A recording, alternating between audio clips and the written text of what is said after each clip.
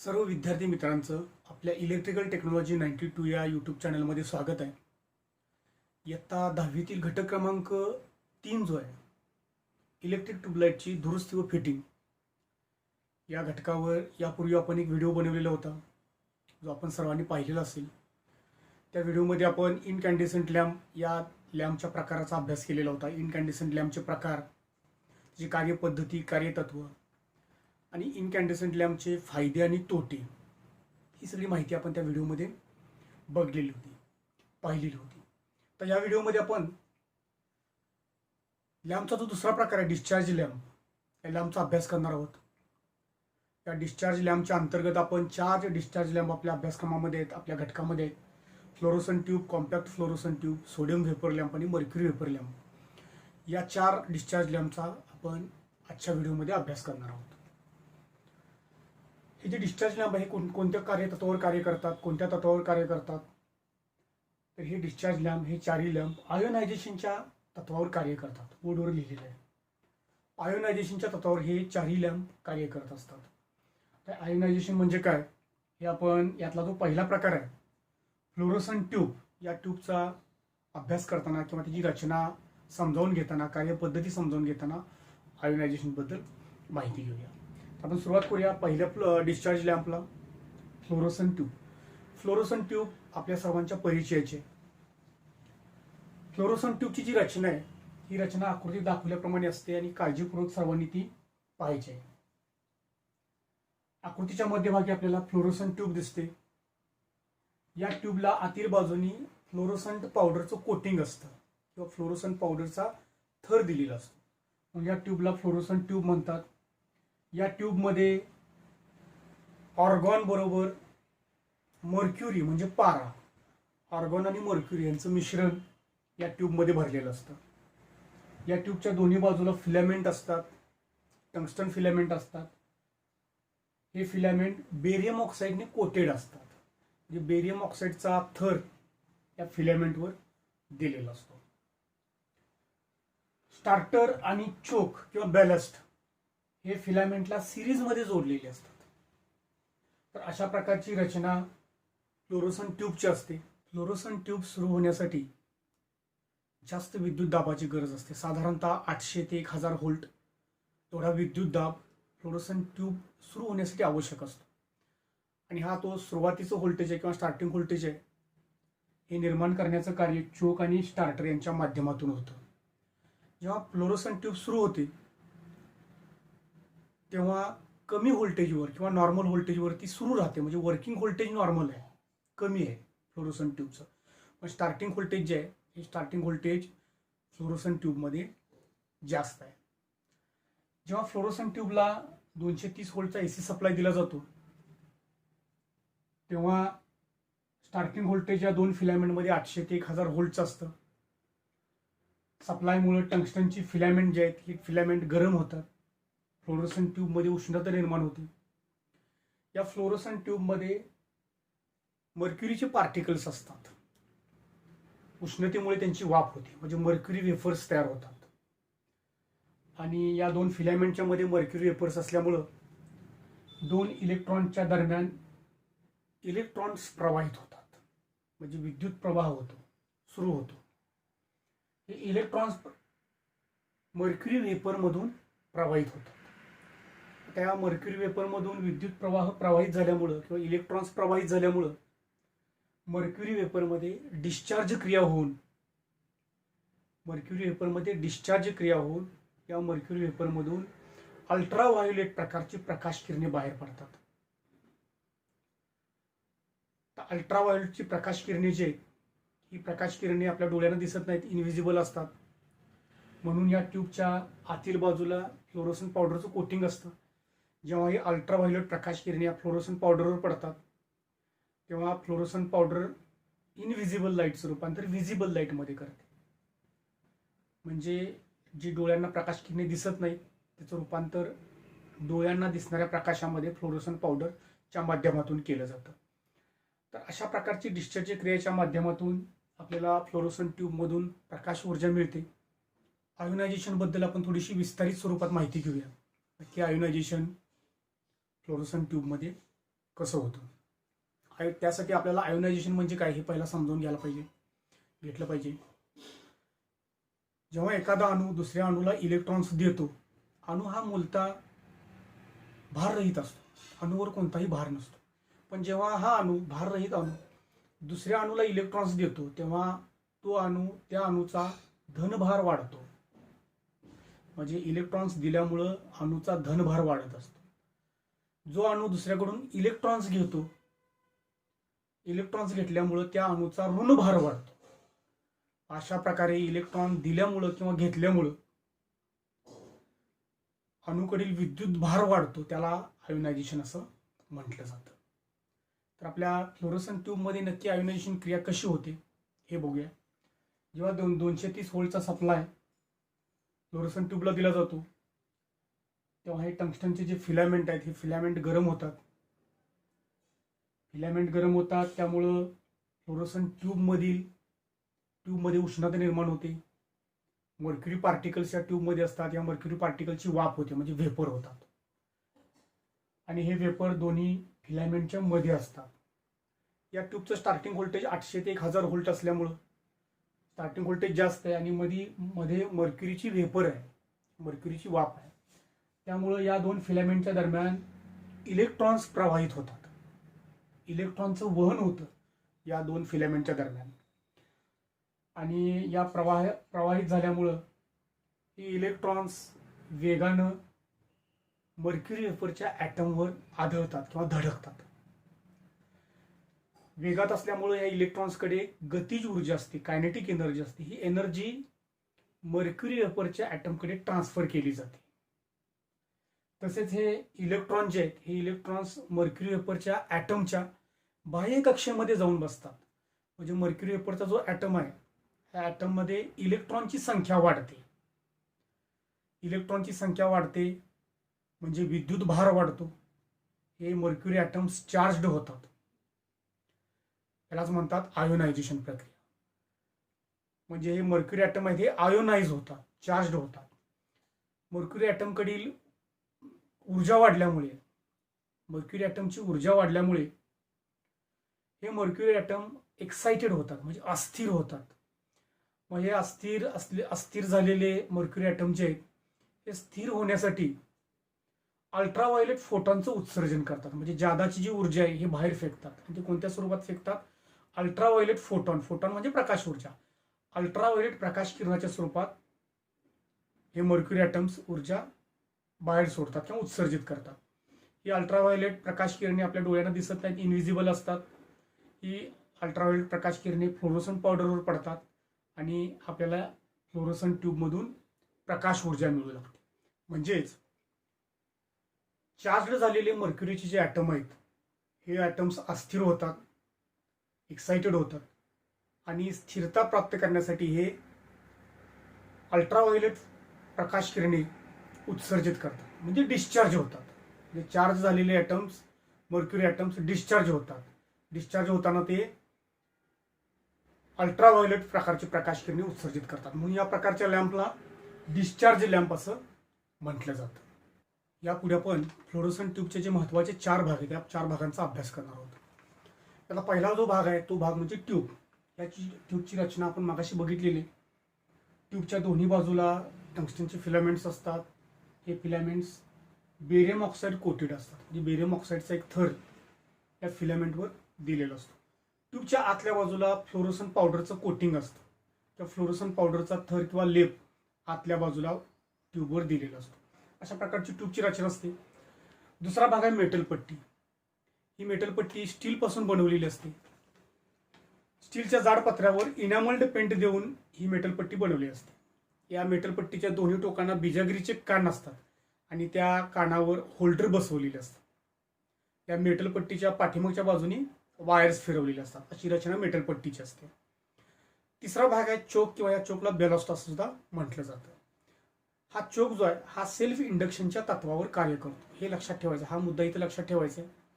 चोक किंवा बेलॉस्ट सेल्फ इंडक्शनच्या तत्वावर कार्य करतो. चोकच्या आतमध्ये कॉपरची कॉईल बसवलेली असते. ट्यूब सुरू करण्यासाठी आवश्यक असणारे 800 व्होल्ट ते 1000 व्होल्ट एवढे व्होल्टेज निर्माण करण्याचे कार्य चोक स्टार्टरच्या क्रियेने करत असतो. तर अशा प्रकारचा तिसरा जो भाग आहे चोक किंवा बेलॉस्ट. चौथा भाग आहे स्टार्टर. स्टार्टर ही एक काचेची छोटी ट्यूब असते, कधी कधी ती मेटलची सुद्धा असू शकते. यामध्ये हेलियम किंवा ऑर्गॉन यापैकी एक गॅस भरलेला असतो. या ट्यूबमध्ये मिश्र धातूच्या 2 पट्ट्या इलेक्ट्रॉड्स म्हणून वापरलेल्या असतात आणि या इलेक्ट्रॉडच्या पॅरललमध्ये एक सिरॅमिकचा कंडेन्सर जोडलेला असतो. या कंडेन्सरला सप्रेसर कंडेन्सर असं सुद्धा म्हटलं जातं. ट्यूब सुरू करण्यासाठी तसेच मेक व ब्रेक क्रिया करण्यासाठी स्टार्टर उपयोगी ठरतो. असा चौथा महत्त्वाचा भाग फ्लोरोसंट ट्यूबचा स्टार्टर. आता यापुढे आपण इलेक्ट्रॉनिक चोकचाही थोडासा अभ्यास करणार आहोत. तर इलेक्ट्रॉनिक ट्यूब मार्केटमध्ये उपलब्ध आहेत, मार्केटमध्ये आलेले आहेत. त्या इलेक्ट्रॉनिक ट्यूबला इलेक्ट्रॉनिक चोक असतो. तर या चोकला हाय फ्रिक्वेन्सी चोक असं सुद्धा म्हणतात. हा चोक 36 वॅट 40 वॅट या पॉवर रेटिंगमध्ये मिळतो आणि हा चोक 75 व्होल्ट पासून ते 3000 व्होल्ट पर्यंत कार्य करू शकतो. आता या इलेक्ट्रॉनिक चोकचे फायदे आणि त्याचे तोटे बघूयात. हे परीक्षा दृष्टिकोनातून महत्त्वाचे आहेत. इलेक्ट्रॉनिक चोकचे फायदे आणि तोटे. तर पहिला फायदा इलेक्ट्रॉनिक चोकचा पॉवरची बचत होते. विद्युत ऊर्जेची बचत या इलेक्ट्रॉनिक चोकमुळे होऊ शकते. दुसरा फायदा आहे आवाज किंवा गुणगुण नसते. तर बऱ्याचदा फ्लोरोसंट ट्यूब जेव्हा लावतो तेव्हा बऱ्याच फ्लोरोसंट ट्यूबमधून आवाज किंवा गुणगुण ऐकू येते. तर तसा आवाज किंवा गुणगुण इलेक्ट्रॉनिक चोक करत नाही किंवा इलेक्ट्रॉनिक ट्यूबमध्ये नसते. तिसरा फायदा आहे आउटपुट 10% जास्त मिळते. इलेक्ट्रिकल चोक आणि इलेक्ट्रॉनिक चोकची जर तुलना केली तर आउटपुट जे आहे प्रकाश ऊर्जेच्या माध्यमातून जे आउटपुट आहे हे 10% जास्त मिळते आपल्याला. हा चौथा फायदा आहे. तिसरा फायदा आहे. आणि चौथा फायदा आहे पॉवर फॅक्टर युनिटीच्या आसपास असतो. इलेक्ट्रॉनिक चोक वापरल्यामुळे विद्युत ऊर्जेचा लॉस होत नाही. हा चौथा फायदा आहे इलेक्ट्रॉनिक चोकचा. आता या फायद्याबरोबर 2 तोटे सुद्धा इलेक्ट्रॉनिक चोकचे आहेत. पहिला तोटा आहे हे इलेक्ट्रॉनिक चोक किमतीने महाग असतात. हा पहिला तोटा झाला. आणि दुसरा तोटा इलेक्ट्रॉनिक चोक खराब झाले किंवा जर बिघडले तर ते दुरुस्त करता येत नाहीत. म्हणजे खराब झाले तर आपल्याला बदलावे लागतात. म्हणजे दुसरा तोटा दुरुस्ती करता येत नाही. इलेक्ट्रॉनिक चोकची दुरुस्ती करता येत नाही. अशा प्रकारे इलेक्ट्रॉनिक चोकचे फायदे आणि तोटे महत्त्वाचे आहेत, सगळ्यांनी लक्षात ठेवायचे आहेत. डिस्चार्ज लॅम्पचा जो दुसरा प्रकार आहे कॉम्पॅक्ट फ्लोरोसंट लॅम्प. हा लॅम्प फ्लोरोसंट ट्यूबचा आधुनिक प्रकार आहे. या लॅम्पची जी कार्यपद्धती कार्यतत्व जे आहे हे फ्लोरोसंट ट्यूब प्रमाणेच असतं. फक्त फ्लोरोसंट ट्यूबमध्ये ही जी ट्यूब आहे ही सरळ किंवा स्ट्रेट वापरलेली असते. तर कॉम्पॅक्ट फ्लोरोसंट लॅम्पमध्ये यू आकारामध्ये ही ट्यूब वापरलेली असते. या ट्यूबमध्ये यू आकाराच्या ट्यूबमध्ये फ्लोरोसंट ट्यूब प्रमाणेच ऑर्गॉन आणि मर्क्युरी भरलेला असतो. या ट्यूबच्या दोन्ही टोकाला फिलामेंट्स बसवलेले असतात, टंगस्टन फिलामेंट्स बसवलेले असतात, जी बेरियम कोटेड असतात, बेरियम ऑक्साईड कोटेड असतात. आणि या फिलामेंटची 2 टोके बाहेर काढून इलेक्ट्रॉनिक सर्किटच्या आउटपुटला दिलेली असतात. त्याच्यामध्ये एक इलेक्ट्रॉनिक सर्किट असतं. सुरुवातीचं हाय व्होल्टेज निर्माण करण्याचं कार्य किंवा स्टार्टिंग व्होल्टेज निर्माण करण्याचं कार्य ही इलेक्ट्रॉनिक सर्किट करत असतं. तर फिलामेंटची जी 2 टोकं आहेत ही 2 टोकं इलेक्ट्रॉनिक सर्किटच्या आउटपुटला जोडलेली असतात. या इलेक्ट्रॉनिक सर्किटची इनपुटची जी 2 टोकं आहेत ही इनपुटची 2 टोकं बायपिन कॅपला जोडलेली असतात. जेव्हा इलेक्ट्रिकल सप्लाय या कॉम्पॅक्ट फ्लोरोसंट लॅम्पला मिळतो तेव्हा ही जी फिलामेंट्स आहेत ही फिलामेंट्स गरम होतात, मर्क्युरीची वाफ होते. या मर्क्युरी वेपरमध्ये डिस्चार्जची क्रिया होते आणि आपल्याला प्रकाश ऊर्जा मिळू लागते, या लॅम्पमधून मिळू लागते. तर अशा प्रकारचं जे कार्य आहे हे कार्य फ्लोरोसंट ट्यूब प्रमाणेच कॉम्पॅक्ट फ्लोरोसंट लॅम्पमध्ये चालत असतं. हे कॉम्पॅक्ट फ्लोरोसंट लॅम्प जे आहेत या लॅम्पचा उपयोग कुठे कुठे केला जातो. या लॅम्पचा उपयोग घरामध्ये, कॉरिडोरमध्ये, दुकान, हॉटेल्स इत्यादी ठिकाणी या प्रकारचे लॅम्प्स वापरलेले असतात. आता या लॅम्पचे फायदे कोणकोणते आहेत बघूया आपण. हे बल्ब जे आहेत कॉम्पॅक्ट फ्लोरोसंट लॅम्प हे वजनाने हलके असतात, आकाराने लहान असतात. हा पहिला फायदा झाला. दुसरा फायदा इनकॅन्डिसंट लॅम्पच्या ठिकाणी लॅम्पच्या जागी कोणताही बदल न करता हे लॅम्प वापरता येतात. या लॅम्पपासून तिसरा फायदा या लॅम्पपासून पांढरा शुभ्र प्रकाश मिळतो. चौथा फायदा इतर पूरक साधनांची या लॅम्पच्या वापरामध्ये आवश्यकता नसते. या लॅम्पमध्ये पॉवर कमी खर्च होतो. जी विद्युत ऊर्जा जी आहे ती कमी खर्च होते. हा एक या लॅम्पचा फायदा आहे. इनकॅन्डिसंट लॅम्पपेक्षा या लॅम्पचं आयुष्यमान जास्त असतं. तर अशा प्रकारचे 6 फायदे या लॅम्पचे आहेत. आता या लॅम्पचे फायद्याप्रमाणे काही तोटे सुद्धा आहेत. तोटे असे आहेत. पहिला तोटा आहे, कालांतराने किंवा वापरानंतर ट्यूबच्या कडा काळवंडतात, म्हणजे ट्यूब खराब होते. हा पहिला तोटा आहे. दुसरा तोटा, फ्लोरोसन ट्यूबच्या तुलनेमध्ये फ्लोरोसन ट्यूब जे आहे या तुलनेमध्ये आकार लहान असतो, त्यामुळे प्रकाश किरणे कमी जागेमध्ये पसरतात. हा दुसरा तोटा आहे. आकार लहान आकार असल्यामुळे जे प्रकाश किरणे आहेत बल्बची ही कमी जागेमध्ये पसरतात. हा दुसरा तोटा आहे. आता ह्या बल्बमध्ये पारा वापरलेला असतो आणि पारा हा पर्यावरणासाठी घातक आहे. त्यामुळं हा बल्ब जेव्हा खराब होतो तेव्हा ह्याची विल्हेवाट योग्य पद्धतीने लावावी लागते. पारा पर्यावरणासाठी घातक असतो. हा तिसरा तोटा आहे. आणि चौथा तोटा, लॅम्प निकामी झाल्यास त्याची विल्हेवाट योग्य पद्धतीने लावावी लागते. लॅम्प जर खराब झाला, निकामी झाला, तर त्याची विल्हेवाट जी आहे ही योग्य पद्धतीने लावावी लागते, कारण या लॅम्पमध्ये पारा भरलेला असतो. यापुढे आपण इलेक्ट्रिकल किंवा इलेक्ट्रॉनिक ट्यूबमध्ये कोणते दोष निर्माण होऊ शकतात, त्याची कारणं आणि त्यावरील उपायचा अभ्यास करणार आहोत. तर महत्त्वाचा पहिला दोष इलेक्ट्रिकल किंवा इलेक्ट्रॉनिक ट्यूबमध्ये निर्माण होणारा तो म्हणजे स्विच ऑन केल्यावर ट्यूब लागत नाही. तर हा दोष असेल तर याची अनेक कारणं असू शकतात. पहिलं महत्त्वाचं कारण म्हणजे सप्लाय नसेल. जर सप्लाय नसेल तर आपल्याला सप्लाय चेक करावा लागेल, आणि नसेल तर तो सप्लाय द्यावा लागेल. हा त्यावरील उपाय झाला. दुसरं कारण, फिलामेंट ओपन असेल. जर फिलामेंट ओपन असेल तर आपल्याला पूर्ण ट्यूब बदलावी लागेल. दुसरं कारण. तिसरं, स्टार्टर ओपन असेल तर आपल्याला स्टार्टर बदलावा लागेल. चोक ओपन असेल तर आपल्याला चोक बदलावा लागेल. पुढचं कारण, जोडणी सैल झालेली असू शकेल. आपल्याला इलेक्ट्रिकल जोडणीची ट्यूबलाईटची आहे ही चेक करावी लागेल. सैल झाली असेल तर ती घट्ट करून घ्यावी लागेल. जोडणी चुकीची झाली असू शकते.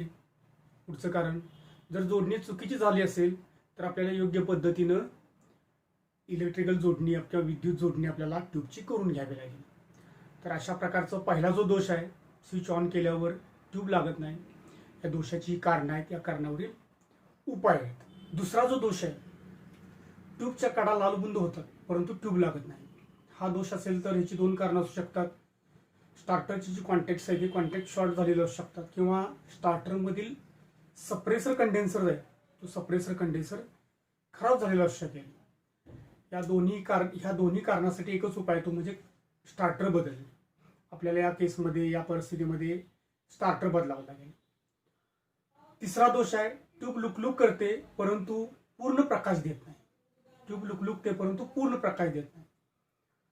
हे जर कारण असेल तर ह्याची 3 कारणं आहेत. पहिलं कारण आहे, सप्लाय व्होल्टेज कमी असेल. जर सप्लाय व्होल्टेज कमी असेल तर आपल्याला चोक बदलावं लागेल. हा त्यावरील उपाय झाला. दुसरा, ट्यूबचे आयुष्य संपलेले असू शकेल. ट्यूबचे आयुष्य संपलेले असेल तर आपल्याला ट्यूब बदलावी लागेल. आणि तिसरं कारण आहे, स्टार्टर खराब झालेलं असू शकेल. स्टार्टर जर खराब झाले असेल तर आपल्याला स्टार्टर बदलावं लागेल. अशा प्रकारचा हा तिसरा दोष आणि तिसऱ्या दोषाचीही कारण आहेत आणि त्यावरील उपाय आहेत. चौथा दोष आहे, ट्यूबच्या एक अथवा दोन्ही कडा काळ्या पडतात. ट्यूबची एक किंवा दोन्ही कडा काळ्या पडतात. आता हा जर दोष असेल तर पहिलं महत्त्वाचं कारण आहे, ट्यूबचे आयुष्य संपलेले असू शकेल. ट्यूबचं आयुष्य संपलेलं असेल तर आपल्याला ट्यूब बदलावी लागेल. दुसरं कारण आहे, चोक शॉर्ट झालेलं असू शकेल. चोक किंवा बॅलस्ट म्हणतो आपण, हा बॅलस्ट शॉर्ट झालेला असू शकेल. या परिस्थितीमध्ये आपल्याला चोक किंवा बॅलस्ट बदलावं लागेल. आणि तिसरा, स्टार्टर शॉर्ट झालेला असू शकेल. स्टार्टर जर शॉर्ट झाला असेल तर आपल्याला स्टार्टर बदलावं लागेल. पुढचा 5वा दोष आहे, ट्यूब लागण्यास जास्त वेळ लागतो. ट्यूब प्रकाशित होण्यासाठी जास्त वेळ लागतो. आता हे जर कारण असेल तर पहिलं महत्त्वाचं कारण आहे, ट्यूबचं व्होल्टेज जे आहे ते व्होल्टेज कमी असेल. जर ट्यूबचं व्होल्टेज कमी असेल तर आपल्याला व्होल्टेज बुस्टर बसवावं लागेल किंवा चोक बदलावा लागेल. या दोन्हीपैकी एक आपल्याला करावं लागेल. याचं दुसरं कारण आहे, स्टार्टर खराब झालेला असू शकतो. हा जर दोष असेल तर, जर स्टार्टर खराब झाला असेल तर आपल्याला स्टार्टर बदलावं लागेल. नवीन ट्यूब पूर्णपणे प्रकाशित होत नाही. ट्यूब नवीन असते पण पूर्णपणे प्रकाशित होत नाही. हा जर दोष ट्यूबमध्ये असेल तर ही 2 कारणं असू शकतात. एक तर सप्लाय व्होल्टेज कमी असेल. सप्लाय व्होल्टेज कमी असेल तर आपल्याला व्होल्टेज बुस्टर बसवावं लागेल किंवा चोक बदलावं लागेल. हा उपाय करता येईल. आणि दुसरं कारण आहे, चोक खराब झालेला असू शकेल. चोक जर खराब झाले असेल तर आपल्याला चोक बदलावं लागेल. हे या दोषावरची 2 कारणांनी त्याचे उपाय आहेत. सातवा दोष आहे, स्विच बंद केल्यावर सुद्धा ट्यूब अंधुक प्रकाश देते. ट्यूबचा स्विच आपण बंद केल्यानंतर सुद्धा ट्यूब अंधुक प्रकाश देते. तर हा दोष ट्यूबमध्ये असेल तर ट्यूबचा जो स्विच आहे हा स्विच न्यूट्रल वायरवर जोडलेला असेल, म्हणजे चुकीच्या पद्धतीनं न्यूट्रल वायरवर स्विच जोडलेला असेल. हे कारण असेल तर आपल्याला तो स्विच फेजच्या वायरवर जोडावा लागेल. हा त्याच्यावरचा उपाय करता येईल आपल्याला. आणि शेवटचं कारण आहे, ट्यूब चालू करताच आवाज येतो. ट्यूब चालू करताना ट्यूबमधून आवाज येत असेल तर ह्याचं एक कारण असू शकतंय, चोकमधील जे स्टॅम्पिंग आहे हे स्टॅम्पिंग लूज झालेलं असू शकेल किंवा सैल झालेलं असू शकेल. जर चोकमध्ये स्टॅम्पिंग सैल झालेलं असेल तर आपल्याला चोक बदलावा लागेल. असे हे इलेक्ट्रिकल किंवा इलेक्ट्रॉनिक ट्यूबमध्ये निर्माण होऊ शकणारे संभाव्य 8 दोष आपण बघितले. या दोषावरची कारणं बघितली आणि त्यावरील उपाय आपण आता बघितलेले आहेत.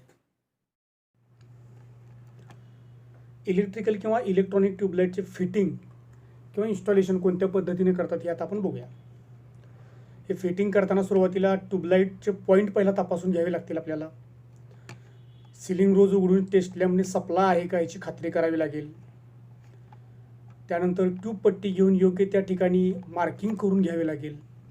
मार्किंग केल्यानंतर पॉवर ड्रिल मशीनने पट्टी फिटिंगसाठी भिंतीवर छिद्रे पाडून घ्यावी लागतील. 2 छिद्रे पाडून घ्यावी लागतील आणि त्या छिद्रामध्ये रावल प्लग टाकून ती पट्टी भिंतीवर फिट करावी लागेल. PVC राऊंड ब्लॉक किंवा स्क्वेअर ब्लॉकवर पट्टी स्क्रूच्या साह्याने फिट करावी लागेल. सिलिंग रोजमध्ये पट्टीमधील जोडलेल्या वायरचे कनेक्शन करून घ्यावे लागेल. पट्टीवर ट्यूब बसवून क्लॉकवाईज फिरवून होल्डरमध्ये ट्यूब बसल्याची खात्री करून घ्यावी लागेल. आणि त्यानंतर स्विच ऑन करून आपल्याला ट्यूबलाईट सुरू होते किंवा नाही याची खात्री करावी लागेल. अशा पद्धतीनं ट्यूबलाईटचे फिटिंग किंवा इन्स्टॉलेशन केले जाते. डिस्चार्ज लॅम्पमधील तिसरा प्रकार जो आहे सोडियम व्हेपर लॅम्प, याची रचना जी आहे ही आकृतीत दाखवल्याप्रमाणे असते. आता सोडियम व्हेपर लॅम्प कशाला म्हणतात? ज्या लॅम्पमध्ये सोडियम व्हेपरच्या डिस्चार्ज क्रियेमुळे प्रकाश मिळतो त्या लॅम्पला सोडियम व्हेपर लॅम्प असे म्हणतात. बघा, ज्या लॅम्पमध्ये सोडियम व्हेपरच्या डिस्चार्ज क्रियेमुळे प्रकाश मिळतो त्या लॅम्पला सोडियम व्हेपर लॅम्प असे म्हणतात. या सोडियम व्हेपर लॅम्पचे 2 प्रकार पडतात, low pressure sodium vapour lamp आणि high pressure sodium vapour lamp. या सोडियम व्हेपर लॅम्पचे तत्व, हा सोडियम व्हेपर लॅम्प आयोनायझेशनच्या तत्वावर कार्य करतो. हाय प्रेशर खाली भरलेल्या सोडियम व्हेपरमधील आयोनायझेशनच्या तत्वावर हे लॅम्प कार्य करत असतात. आता आकृतीमध्ये जो दिसतोय हा आधुनिक पद्धतीचा सोडियम व्हेपर लॅम्प आहे. याची रचना कशी असते? या प्रकारच्या लॅम्पमध्ये सिंटर्ड ॲल्युमिनियम ऑक्साईडपासून बनवलेली गडद दुधी रंगाची एक डिस्चार्ज ट्यूब असते आणि ही डिस्चार्ज ट्यूब सुमारे 1600 डिग्री सेल्सिअस तापमानाला तग धरू शकते. अशी डिस्चार्ज ट्यूब सोडियम व्हेपर लॅम्पमध्ये असते. आता या ट्यूबमध्ये अल्प प्रमाणामध्ये सोडियम मर्क्युरीचे बारीक कण आणि आर्गॉन किंवा झेरॉन यासारखे अज्वलनशील वायू भरलेला असतो. तर अशा प्रकारची रचना सोडियम व्हेपर लॅम्पची असते. याची कार्यपद्धती बघूया. हा लॅम्प सुरू करताच किंवा लॅम्पला सप्लाय देताच इग्निटरमुळे निर्माण होणारी उच्च व्होल्टेज दोन्ही इलेक्ट्रोड्सला मिळते आणि दोन्ही इलेक्ट्रोड्सला मिळाल्यामुळे उष्णता निर्माण होते आणि गॅसमध्ये डिस्चार्ज क्रिया सुरू होऊन मंद तांबूस प्रकाश मिळू लागतो. त्याच वेळी सोडियम व मर्क्युरीला उष्णता मिळून त्याचे वाफेत रूपांतर होते व वाफेतून करंट किंवा विद्युत प्रवाह वाहू लागतो आणि डिस्चार्ज ट्यूबमध्ये आर्क निर्माण होतो आणि सोनेरी रंगाचा आल्हाददायक प्रकाश मिळू लागतो. हा लॅम्प पूर्णपणे सुरू होण्यासाठी 3 ते 5 मिनिटाचा अवधी लागतो. म्हणजे हा लॅम्प लगेच त्वरित सुरू होत नाही. हा लॅम्प पूर्णपणे सुरू होण्यासाठी 3 ते 5 मिनिटाचा अवधी लागतो. हे लॅम्प बाजारामध्ये 70 वॅट, 150 वॅट, 200 वॅट, 400 वॅट या रेंजमध्ये उपलब्ध असतात. परंतु 17 वॅट आणि त्यापुढील लॅम्प उभेच लावावे लागतात. हा एक मुद्दा लक्षात ठेवायचा. 70 वॅटच्या पुढील लॅम्प उभेच लावावे लागतात, म्हणजे कोणत्याही अँगलमध्ये आपण हे लॅम्प लावू शकत नाही. ह्याचा उपयोग शहरातील रस्ते, हायवेज, क्रीडांगणे, रेल्वे इत्यादी ठिकाणी या लॅम्पचा उपयोग केला जातो. आता या लॅम्पचे फायदे आणि तोटे बघूया. या लॅम्पचा पहिला फायदा आहे सौम्य प्रकाश मिळतो या लॅम्पमधून, हा पहिला फायदा. दुसरा, आयुष्यमान जवळजवळ दुप्पट असते. तिसरा फायदा आहे तुलनात्मक पॉवर फॅक्टर उच्च असतो. म्हणजे या लॅम्पमध्ये विद्युत ऊर्जा वाया जात नाही किंवा विद्युत ऊर्जेचा लॉस होत नाही. आता या लॅम्पचे तोटे, पहिला तोटा आहे उभारणीचा खर्च जास्त असतो, हा पहिला तोटा आहे. दुसरा, उभ्या स्थितीतच हा लॅम्प लावावा लागतो, हा दुसरा तोटा. तिसरा आहे लॅम्प पूर्ण प्रकाशित होण्यासाठी जास्त वेळ लागतो, 3 ते 5 मिनिटाचा अवधी लॅम्प सुरू होण्यासाठी लागतो. आणि चौथा तोटा आहे इतर पूरक साधनांची आवश्यकता असते. अशा प्रकारचे तोटे या वेपर्स. डिस्चार्ज लॅम्पचा जो चौथा प्रकार आहे मर्क्युरी वेपर लॅम्प. तर कोणत्या प्रकारच्या लॅम्पला मर्क्युरी वेपर लॅम्प म्हणतात? ज्या लॅम्पमध्ये गॅस डिस्चार्जच्या क्रियेसाठी मर्क्युरी वेपर वापरलेला असतो त्या लॅम्पला मर्क्युरी वेपर लॅम्प असे म्हणतात. आता या मर्क्युरी वेपर लॅम्पचे 4 प्रकार पडतात. पहिला प्रकार आहे high pressure mercury vapour lamp. दुसरा प्रकार आहे high pressure mercury argon tungsten lamp. तिसरा प्रकार extra high pressure mercury vapour lamp. आणि चौथा प्रकार आहे फ्लोरोसंट किंवा low pressure mercury vapour lamp. असे 4 प्रकार मर्क्युरी वेपर लॅम्पचे पडतात. आता हे मर्क्युरी वेपर लॅम्प जे आहेत हे आयोनायझेशनच्या तत्वावर कार्य करतात. या ट्यूबमधील इलेक्ट्रोड्सना इग्निशन व्होल्टेज मिळताच गॅस डिस्चार्जची क्रिया सुरू होऊन प्रकाश मिळू लागतो, या तत्वावर हे लॅम्प कार्य करत असतात. या लॅम्पची रचना आकृती दाखवल्याप्रमाणे असते. या प्रकारच्या लॅम्पमध्ये सुमारे 5 सेंटीमीटर लांबीची कॉर्डची आर्क ट्यूब असते आणि तिच्या मागे उच्च दाबाखाली मर्क्युरी व निष्क्रिय वायू भरलेले असतात. यामध्ये 2 मेन इलेक्ट्रोड व एक स्टार्टिंग इलेक्ट्रोड असतो. सर्किटमधील करंटवर नियंत्रण ठेवण्यासाठी चोक व पॉवर फॅक्टर सुधारण्यासाठी कॅपॅसिटर जोडलेला असतो. तर अशी ही रचना मर्क्युरी वेपर लॅम्पची असते. कार्यपद्धती, या लॅम्पची कार्यपद्धती हाय प्रेशर मर्क्युरी वेपर लॅम्पसारखी असते. या लॅम्पची कार्यपद्धती सोडियम वेपर लॅम्पसारखीच असते. बाजारात हे लॅम्प्स 80 वॅट 125 वॅटमध्ये उपलब्ध होतात. आता या लॅम्पचा उपयोग कोणत्या ठिकाणी केला जातो? या लॅम्पचा उपयोग highway, railway, platform, dockyard, shopping सेंटरमध्ये या प्रकारचे लॅम्प वापरतात. आता मर्क्युरी वेपर लॅम्पचे फायदे आणि तोटे बघूया. मर्क्युरी वेपर लॅम्पचे फायदे, पहिला फायदा म्हणजे उभे, आडवे, तिरक्या स्थितीमध्ये हे लॅम्प वापरता येतात.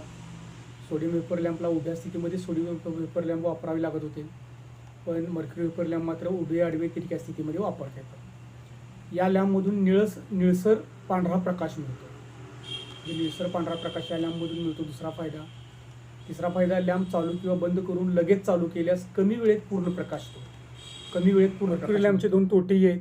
पहिला तोटा आहे उभारणीचा खर्च जास्त असतो मर्क्युरी लॅम्पमध्ये, हा पहिला तोटा आहे. आणि दुसरा तोटा आहे इतर पूरक साधनांची आवश्यकता असते. तर अशा प्रकारचे मर्क्युरी वेपर लॅम्पचे फायदे आणि तोटे आहेत.